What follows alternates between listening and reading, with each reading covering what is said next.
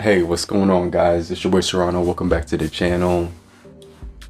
First of all, I want to thank you guys for joining the crew and being a part of the channel. You guys are the real one. You have already been subscribed. Salute. But today we're going to talk about the Note 8.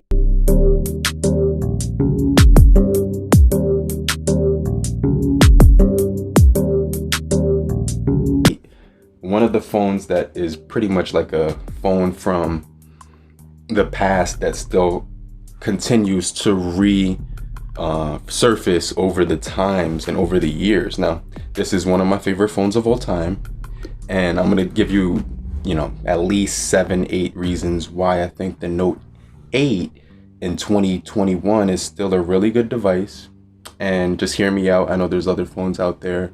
I'm talking about the budget price point phones there's a ton of budget phones that we can get our hands on for the price of, less than $300. This is one of them.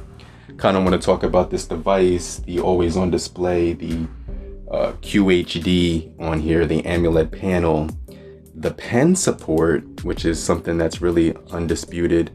Now this thing does have iris sensor, guys, so masks or not, you will be able to unlock your phone without using a mask. So, the iris sensor, guys, is a big part of that. Look, I just unlocked the phone with mask on, iris sensor on board. One of the forgotten technologies that might resubmerge. You never know, but Samsung has been putting forth really good flagship devices, really good entry-level phones, really good budget phones. What about their older flagships? It's time we talk about the Samsung Galaxy, Note 8. For one, let's talk about the weight of this device. Really feels good in the hand, really nice. It's basically a thin, really nice, boxy looking phone. Sharp corners at the top with a slight round on it. The corners on the back are very they curve dramatically, as well as the front.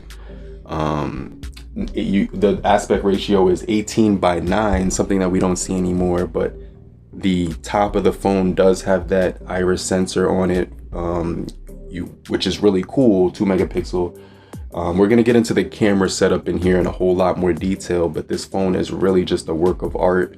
If you've ever held it, it's really nice. It has this glass, Gorilla Glass on the back, Gorilla Glass on the front. Really solid curved edges. If you drop this thing, it's probably gonna be a dub, but it does come in 195 grams of weight. Really nice weight for a phone. Also 82 screen to body ratio, which is really, really crazy. One of the borderless displays. Also the sides leak onto the edge, which is crazy. IP68 water resistancy, meaning you could put it underwater for 30 minutes. You could even shower with the phone if you do so desire. It comes in a variety of colors: black, blue, gold, gray. Now the screen is 6.3 inches. The fingerprint is right here off to the side. That was one of the complaints from a lot of reviewers at the time of launch, that fingerprint being off to the far right hand side instead of being dead center, which is usually right here. Now when you go to hit it, you're actually hitting the camera. But if you train your finger, or just train your eyes with the iris sensor, really good unlocking technology on here. Now, Super AMOLED display, unrivaled in my opinion. One of the best displays I've ever laid eyes on. A very high density display on here, HDR10. You're getting always on display Gorilla Glass 5 edgeless display as well.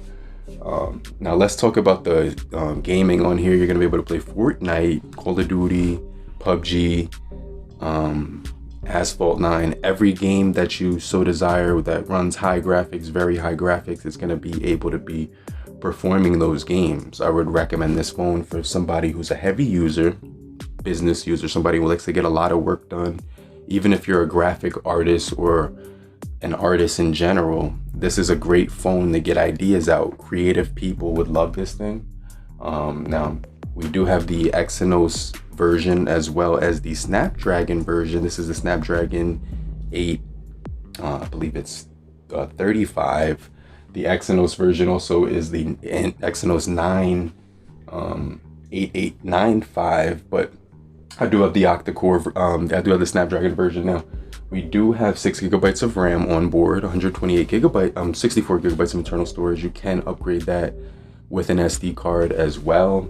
Now, I do like the storage options. You get all of the sensors, including a heart rate sensor on board, iris sensor, barometer, gyroscope, compass, light sensor, proximity sensor, fingerprint as well. Now, this thing is really nice. It does have, you know, some really nice options for cameras, 12 megapixel plus another 12 on the back. One of them being a telephoto lens and the other being your standard 12 megapixel, which can record in 4K video, 30 frames per second. And we're getting a front-facing 8 megapixel camera on the front, which is actually really nice. Now let's talk about the battery life of this device. Really great standby time. Now this thing was launched with Nougat 7.1, but it's actually upgradable. I'm not sure if it's gonna get Android 10, but I do have a new security software patch every single month with this device. So I think that's really cool. 3,300 milliamp hour battery with this one.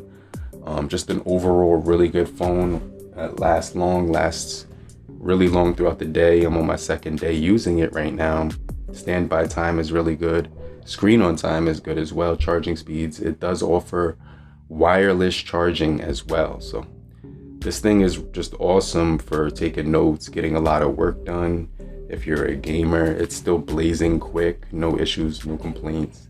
It does have, let me just see what kind of software we're running on here, but if you go to software updates and go to download and install, there will be an update available. I am behind on some of the updates with this device, but I'll keep you guys posted on my usage with it as far as updates goes in the up and coming weeks and things of that nature. But overall, one of my favorite Samsung devices, the Samsung Galaxy Note 8. Now, this is a really nice device. It was released some time ago, 3 years ago, but hope you guys found this video helpful.